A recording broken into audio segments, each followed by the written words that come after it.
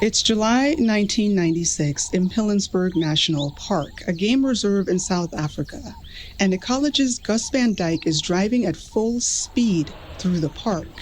The rangers have just discovered 2 dead bodies, and given what had just happened earlier that month, Gus feared the worst.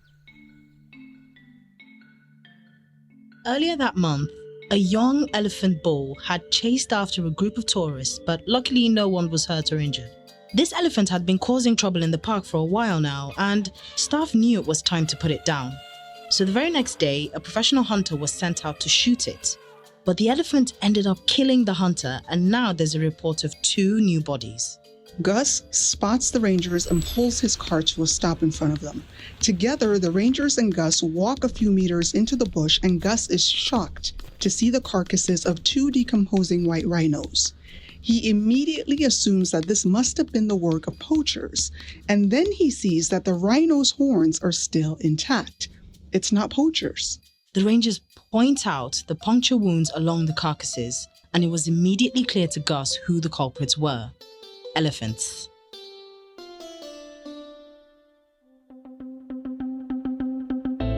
From Triple E Media, I'm Rahmat Muhammad, and this is The Backstory.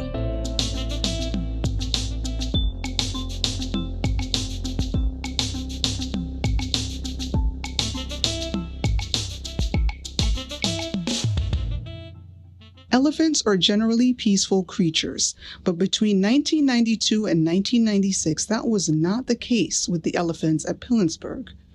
Almost overnight, the young male bulls had become aggressive, and their aggression had escalated to violence. In the 4 years between 1992 to 1996, 23 rhinos had been gored to death by elephants at Pilanesberg. Some of the elephants even attempted to have sex with rhino cows. Now, this is highly unusual behavior for elephants, so Gus and his research team started to work to really get to the bottom of what was actually happening at Pilanesberg. The first thing that they realized was that the male elephants, which were engaged in violent behaviors, were generally teenage elephants going through musth. Musth is a natural biological condition that affects male adult elephants. The period of musth happens about 2 to 3 months every year. And during this time, the testosterone levels inside the male elephant body rises significantly, reaching up to 60 to 140 times its normal level. When testosterone levels in the males go up during musth, it means that it's mating time and the males become super active. But a male in musth isn't just looking for a mate. No, he's out looking for a fight. A male in musth has a bit more swagger than usual. He's more aggressive and unpredictable, and he's looking to display his dominance by fighting other males. Now, full-grown adult male elephants can still regulate this aggression, and they know where to draw the line, especially when they've been part of the same herd for years and years. They don't just go around killing rhinos and human beings. When young male bull elephants are between the ages of 10 to 15 years old, that's when they first start going into musth. They start to release testosterone. Now, under normal circumstances, there are other older, more mature adult males that are part of the herd.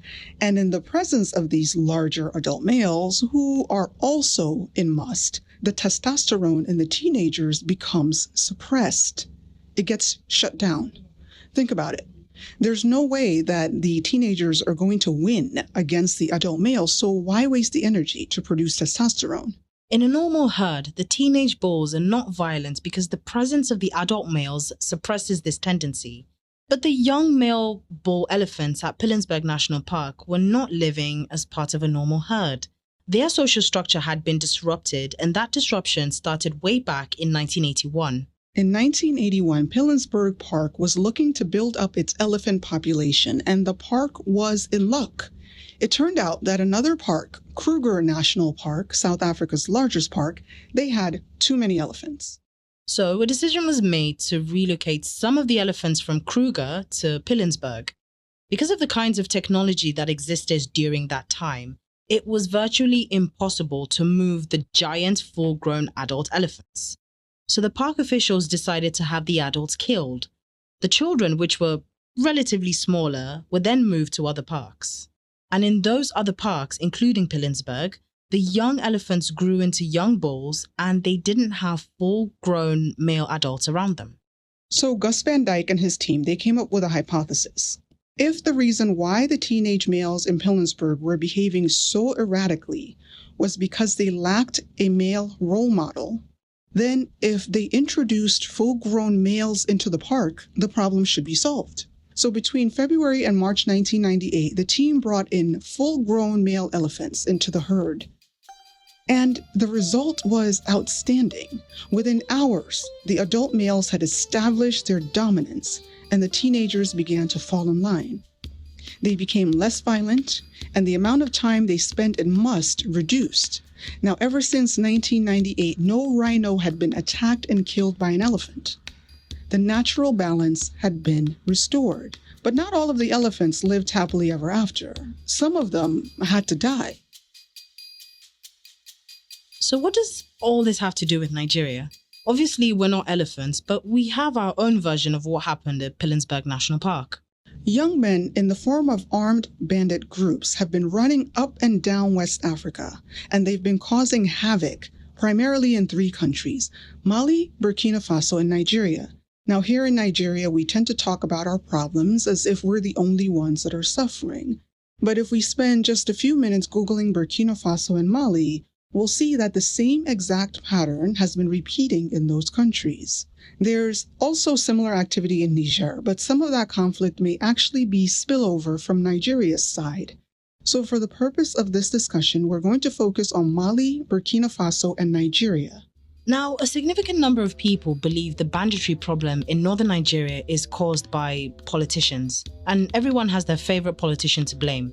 But no politician in Nigeria is powerful enough to orchestrate the events we're seeing unfold across West Africa, including northern Nigeria. The problems of northern Nigeria were caused by a series of forces, much larger than any one politician. And these forces have been building up since the 1990s. And the young men causing all of this stress are in their 20s and 30s. So they would have been born somewhere between the 1990s and 2000s. In the 30 years between 1990 and 2020, these young men would have been witness to some significant changes in their social structure. They would have witnessed overpopulation. Over the past 30 years, the populations in each of these countries, Nigeria, Mali, and Burkina Faso, have more than doubled. They also would have witnessed climate change and its impacts. In the 1990s, the Mopti region of Mali and the Sahel region of Burkina Faso had about 310 days where the temperatures were at or above 32 degrees Celsius. By the year 2010, that number had gone up to 324 days, where the temperature was at 32 degrees or higher.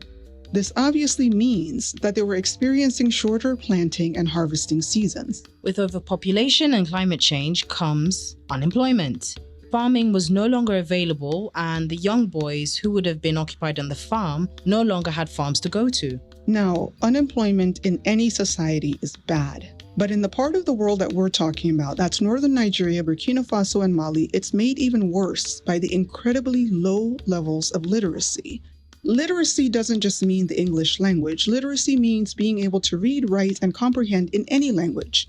English, Arabic, Hausa, French, whatever the dominant language is of that region. In Burkina Faso and Mali, only 20% to 25% of the population was literate in the 1990s. In 2018, that number rose to about 50% to 60%. So only half of the population in these 2 countries is literate. The literacy rate in all of Nigeria is 75%, but that number drops the further north you get, making northern Nigeria similar to Mali and Burkina Faso. So now, on top of high unemployment and low levels of literacy, you now add democracy. And naturally, what you're going to get is corruption. Effective democracy assumes a high level of participation, which assumes a high level of literacy. The demos, or the people, are supposed to be a check and balance to government. But how can they do that when they are illiterate? Without the check and balance of literacy, corruption reigns. The young men growing up in the 1990s and the 2000s in Burkina Faso, Mali, and Nigeria would have witnessed unbelievable levels of corruption. in every aspect of their lives, from their education systems to their welfare systems, and of course, the political systems. So let's recap. We have hordes of young men, no work, illiterate, and living in a corrupt system. What do? Well, they do what a lot of young men in Nigeria do. They leave, they emigrate, they Gekpe, they seek greener pastures. Now, for some young men in Nigeria, greener pastures means Europe, the United States. But for other young men who don't have access to Europe, Nigeria is actually the greener pasture. Okay, so now we have young men. Some have been displaced from communities in Burkina Faso and Mali, but others are internally displaced, for example, from the Northeast. Around the second quarter of 2018, they all begin to converge in the Northwest, specifically around Zamfara and Kaduna. Why those states? Because there's gold in those states. Lots and lots of gold. In 2018, the price of gold on the market was anywhere between $1,200 to $1,400 per troy ounce. By 2020, the value of gold had risen to between $1,800 to $2,000 per troy ounce. I mean, once you start seeing that kind of money, why would you go back to the farm? So if you're keeping track, we've got lots of displaced young men who have left their social structures for various different reasons. And into this mix, you now add gold, then you add weapons, and the result is banditry. But it didn't stop there. It actually got much worse.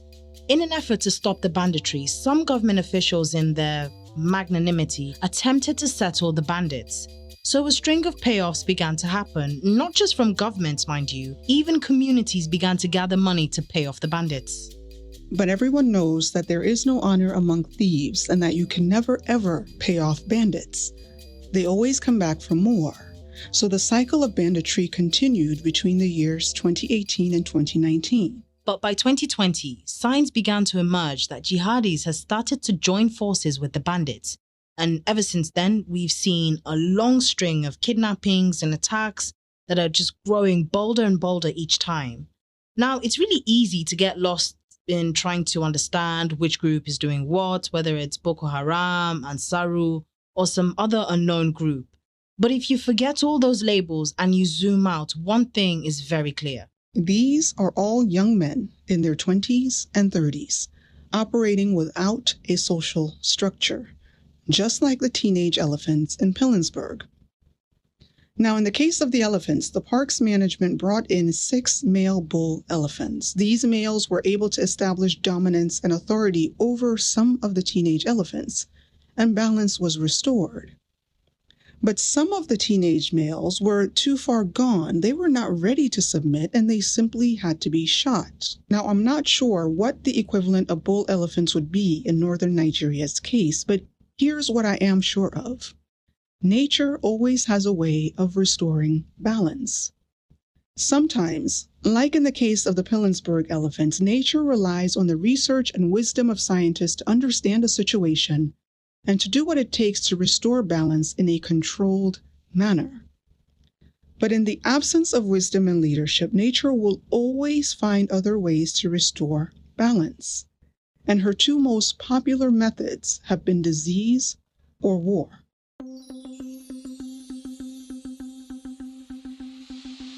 The Backstory is a Triple E Media production. Production copyright 2022 Triple E Media Productions. If you enjoyed this episode of The Backstory and you would like to hear more, go to our website at 234audio.com to play the sample content. Then download our app from the Google Play Store for even more episodes. You can also subscribe to our YouTube channel at 234audio to watch the video for this episode. Make sure to click the notification bell, like, and leave a comment. Our episodes can also be found on Apple Podcasts, Google Podcasts, Spotify, TuneIn Radio, or wherever you get your podcasts. Don't forget to subscribe, like, and leave a comment. This episode of The Backstory was produced by Rahmat Muhammad, Alexandra Gekpe, Uche Mbah, Dominic Tabakaji, and Sam Tabakaji. Executive producer Rahmat Muhammad. Special thanks to John Iwoji and Mala Iwa Gbado Ikaleku.